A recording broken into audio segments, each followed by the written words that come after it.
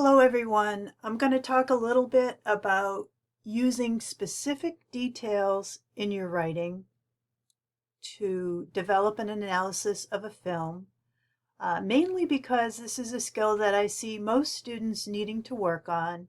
It's not always something you've worked on in high school.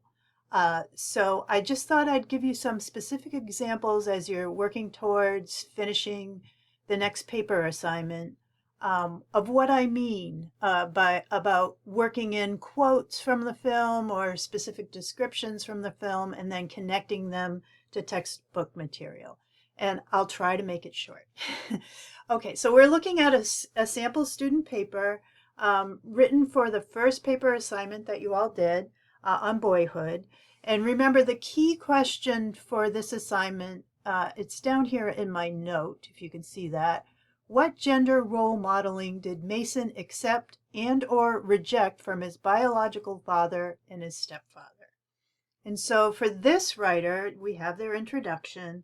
Their thesis is, as highlighted here, after experiencing different models of masculinity, Mason chooses to reject the behavior displayed by his stepfather and to embrace his biological father's way of doing gender as a man.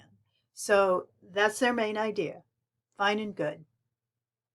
I'm going to scroll down a little bit so we can look at the first supporting paragraph. And this is really just the main thing we're going to look at. I'll leave the thesis up there.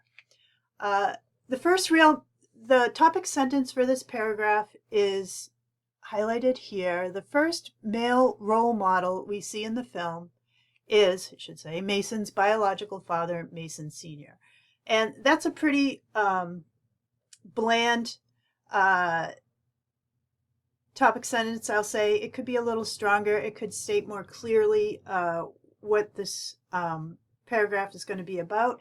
But you know what? It gets the job done, and we just saw the big thesis, so we sort of know where we're headed.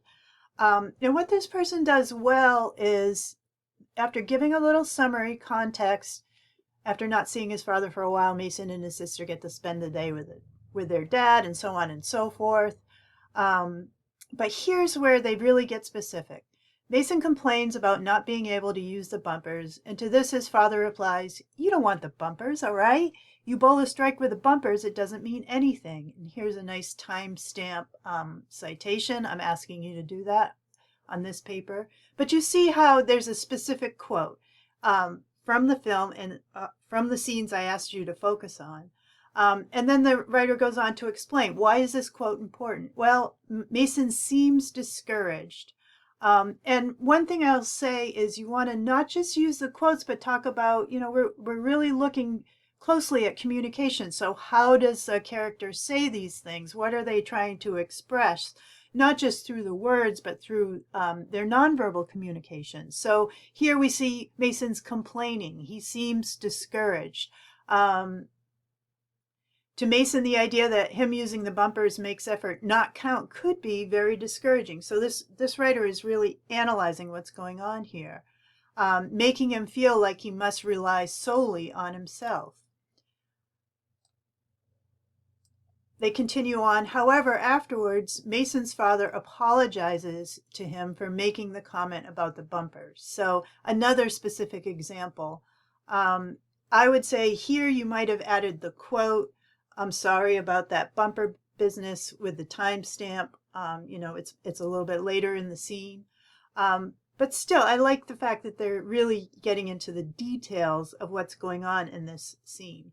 And here's more analysis. Mason's father in this scene and throughout the rest of the film is very open to growth. He is also very respectful towards Mason's mother. Some might debate that. Unlike some of Mason's other role models. I would definitely agree he's more respectful than an abusive drunk. He rights his wrongs and apologizes when he knows he said something wrong. Yes. These behaviors displayed to Mason by his father are something Mason chooses to accept about being a man. Mason later in life becomes respectful towards people like his mother and his teachers. So there's that writer's very specific, their analysis. So not only do they use the details, they explain what they see, and we're going to see right in this next section, connected to the textbook, to really develop their own analysis of what's going on in the film as related to gender communication based on social learning theory. So there we have the specific use of one of the theories from chapter 2 on gender identity development. And as I say in my note here, I would like to see you do a little, like maybe one sentence more explaining, how it shows social learning theory, why it's just go a little further so I can see how your brain's working, how you're connecting the ideas. But at least this person has that key term in there. And then they wrap up the paragraph with a statement of what's important. What did they just establish? Mason could have taken the criticism from his father after asking to use the bumpers and interweave it into his, quote, gender behavior, becoming the type of person to never ask for help. But he does not.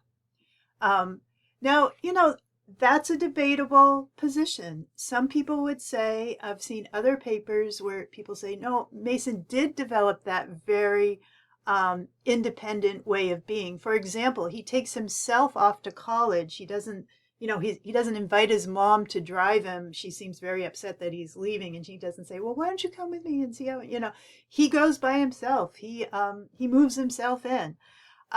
So, that's a debatable point, but I like that. I like it when you take a point and argue it. That's what analysis is about. And when you watch the video about the outline, the teacher says when your thesis statement should be something that's debatable, not something that everybody already knows. And so I like it when you take a position. Okay, that's the end. I hope that helps you develop the supporting paragraphs for this next paper and to develop your own style of analysis. Bye.